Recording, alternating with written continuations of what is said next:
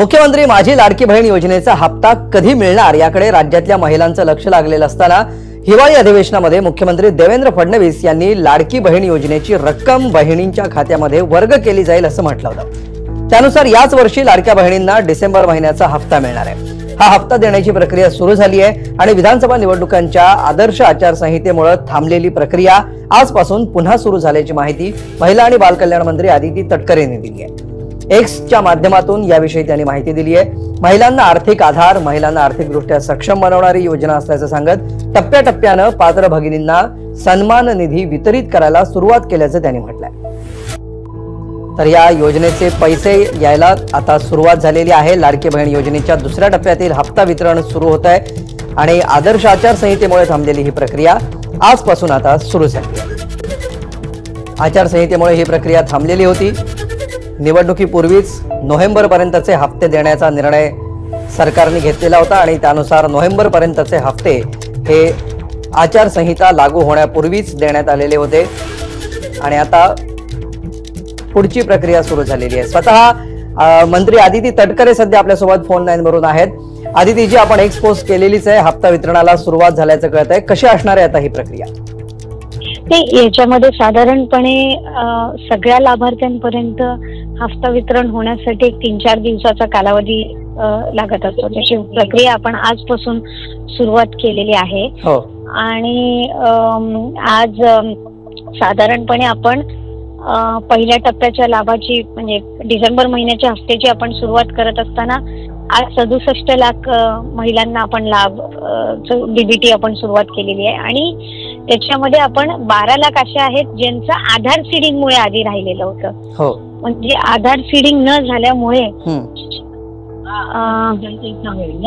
एकच मिनिट, अरे हॅलो, आधार सीडिंग न झाल्यामुळे त्यांचं आपण जे राहिलेले होते त्यांची आजपासून आपण प्रोसिजर चालू केली आहे। पुढच्या 3-4 दिवसामध्ये साधारणपणे जे पात्र लाभार्थी आहेत त्यांना 1500चा जो लाभ आहे दर महिन्याचा तो वितरित निश्चितपणे आदिती पुढच्या 3-4 दिवसात 1500चा जो लाभ आहे तो वितरित होईल असं आपण म्हणत आहे। 2100 रुपये कधी मिळणार हा सगळ्यात महत्त्वाचा प्रश्न आहे जो सध्या महाराष्ट्रात चर्चेला जातोय। तुमच्याकडून हे उत्तर आम्हाला अपेक्षित आहे की 2100 रुपये मिळायला कधीपासून सुरुवात होणार आहे, काय त्यासाठीची प्रोसेस असेल? राज्याचे मुख्यमंत्री देवेंद्रजी फडणवीस साहेब ज्या वेळेला त्यांनी पहिली पत्रकार परिषद ही घेतली त्याच वेळेला त्यांनी त्या संदर्भातली जी सरकारची भूमिका आहे किंवा जे नियोजन आहे ते स्पष्ट केलं। अर्थसंकल्पीय बजेट ज्या वेळेला पुढच्या वर्षी मांडण्यात येईल त्यावेळेला त्या संदर्भातला जो काही विचार आहे सकारात्मक पद्धतीनं तो त्या ठिकाणी करण्यात येणार आहे। आता आपण जे आचारसंहितेच्या कालावधीमध्ये रखडलेला जो म्हणजे स्थगित केलेला जो लाभ होता आणि आपण नोव्हेंबर महिन्यापर्यंतचा लाभ आपण वितरित केला होता, पण आचारसंहिता संपल्यानंतर डिसेंबरच्या महिन्याचा जी लाभाची आहे ती वितरणाची सुरुवात आपण केलेली आहे आणि डिसेंबरच्या अखेरीस पर्यंत ह्या महिन्याचा लाभ जो आहे तो पात्र लाभार्थींच्या खात्यामध्ये तो सन्मान निधी पोहोचलेला असेल। ठीक आहे, म्हणजे अर्थसंकल्पीय अधिवेशनापर्यंत 1500 रुपयेच मिळत राहतील असं तुम्ही म्हणताय। आणि दुसरा महत्त्वाचा जो प्रश्न आहे की नवीन लाभार्थींच्या नोंदणीची प्रक्रिया अनेक ठिकाणी रखडल्याचं दिसतंय, याबाबत सध्या काय चित्र आहे? ही प्रक्रिया कधी सुरू होणार आहे आणि कधी ती सुरळीत होईल? नाही, रजिस्ट्रेशनची शेवटची जी मुदत होती ती 15 ऑक्टोबर पर्यंत होती आणि 15 ऑक्टोबर पर्यंतचं रजिस्ट्रेशन हे झालेलं आहे आणि ते साधारणपणे 2.5 कोटीपेक्षा जास्त जे लाभार्थ्यांची रजिस्ट्रेशन आहे ती त्या ठिकाणी झालेली आहे।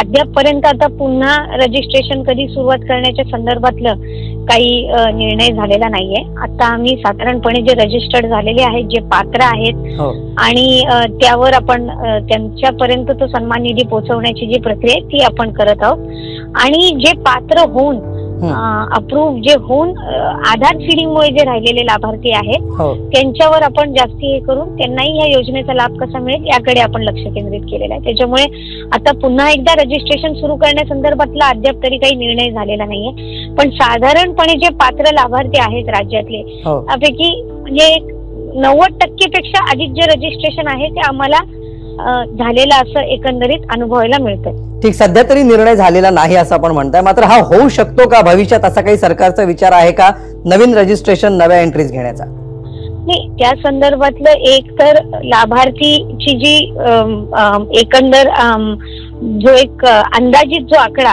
हो जो विभागाने किंवा पूर्वीच्या कालावधीमध्ये जो काढला गेलेला होता हो त्यामधली आणि आता रजिस्ट्रेशन जे झालेलं आहे त्या सगळ्या गोष्टी बघून त्या संदर्भातला जो योग्य तो निर्णय तो पुढच्या कालावधीमध्ये घेण्यात येईल.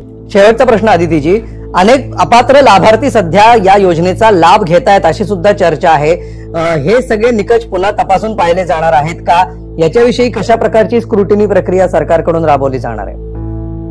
एक तर या संदर्भातली भूमिका मुख्यमंत्री महोदय आणि उपमुख्यमंत्री महोदयांनी सुद्धा मधल्या कालावधीमध्ये स्पष्ट केली की जिथून आम्हाला कंप्लेंट्स प्राप्त होतील तर त्यांच्या संदर्भातली जी काही स्क्रुटिनी आहे किंवा त्या संदर्भातली जी चौकशी आहे ती निश्चितपणाने करण्यात येईल. काही तक्रारी तशा पद्धतीच्या जर प्राप्त झालेल्या असतील तर त्या सुद्धा आम्ही योग्य पद्धतीने तपासून घेऊ आणि मग त्याच्या संदर्भातला निर्णय होईल. सरसकट स्क्रुटिनी किंवा अशा संदर्भातली काही चर्चा किंवा अशा पद्धतीचा कुठलाही निर्णय घेण्यात आलेला नाहीये आणि कुठेही अजून निकषांमध्ये बदल नाही करण्यात आलेले आहेत. निश्चित. या ज्या तक्रारी आपण म्हणताय याविषयी तुम्ही अधिक स्पष्ट सांगू शकाल का? या तक्रारी प्राप्त होतील म्हणजे कुठून या तक्रारी प्राप्त होणं अपेक्षित आहे? कशी ती प्रक्रिया असणं अपेक्षित? साधारणपणे स्थानिक पातळीवरून म्हणजे प्रत्येक जिल्ह्याच्या इथे प्रत्येक गावामधलं तलाठी कार्यालय आहे किंवा तिथले जी काही म्हणजे जी आमची योजना पोचवायची जी काही यंत्रणा असते म्हणजे अंगणवाडी सेविका असतील किंवा तुमचे आशा सेविका असतील, काही ठिकाणी तलाठी असतील किंवा सेवा सुविधा केंद्राचे असतील, यांच्याकडे ज्या तक्रारी लाभार्थ्यांच्या संदर्भातल्या प्राप्त होतील किंवा काही वेळेला आम्ही ज्या वेळेला डीबीटी करत असतो, मागच्या वेळेला असं झालं होतं की डीबीटी केल्यानंतर करायच्या प्रोसिजरच्या वेळेला जाणवलं होतं की एकाच आधार कार्डवर काही रजिस्ट्रेशन वगैरे करण्यात आलेले आहे. मग त्यावेळेला आम्हाला कळल्यावर लगेचच त्याच्यावर आम्ही योग्य ती कारवाई करण्यात आलेली होती. काहींनी बँक अकाउंट्स वेगवेगळे असे देऊन एकाच आधार कार्डवर फॉर्म भरलेले होते, काही पुरुषांनी भरलेले होते. तर ते ज्या वेळेला शासनाच्या स्थानिक प्रशासनाच्या लक्षात आलेलं होतं त्यावर सुद्धा जी त्यांचे अकाउंट सील करणं असेल किंवा इतर कारवाई जी आहे ती त्या पद्धतीनं करण्यात आलेली होती. अशा पद्धतीच्या जर काही स्थानिक पातळीवरून तक्रारी आल्या तर निश्चितपणाने त्यांची जी काही योग्य ती चौकशी आहे आणि स्क्रुटिनी आहे ती करण्यात येईल. निश्चित. धन्यवाद आदिती तटकरेजी. एबीपी माझाला आपण ही सविस्तर प्रतिक्रिया दिली त्याबद्दल. दोन महत्वाच्या गोष्टी आदिती तटकरे यांनी आपल्या प्रतिक्रियेतून सांगितलेल्या आहेत. अर्थसंकल्पीय अधिवेशनामध्ये पुढचा निर्णय होईपर्यंत 1500 रुपयांचाच हप्ता दर महिन्याला मदत मिळत राहणार आहे. 2100 करण्याबाबतचा निर्णय अर्थसंकल्पीय अधिवेशनात किंवा त्यानंतर होऊ शकतो. दुसरी गोष्ट, सध्या तरी नवीन रजिस्ट्रेशन्स कुठलेही घेतले जाणार नाहीत असं दिसतंय. अशी प्रक्रिया सध्या तरी कुठली सुरू नाहीये. आणि तिसरी महत्वाची गोष्ट म्हणजे तक्रारी आल्या तरच स्क्रुटिनी होईल, अन्यथा सरकार स्वतःहून कुठल्याही प्रकारे लाडक्या बहिणींची या खात्यांची अकाउंटची स्क्रुटिनी करणार नाही. एबीपी माझा, उघडा डोळे बघा नीट.